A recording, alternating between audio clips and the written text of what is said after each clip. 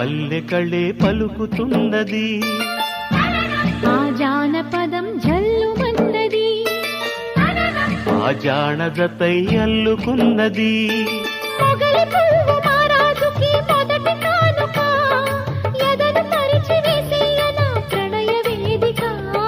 మల్లె నవ్వు మారాణి ఈ గొల్ల గోపిక మూగ మనసు వింటున్నది మురడి గీతిక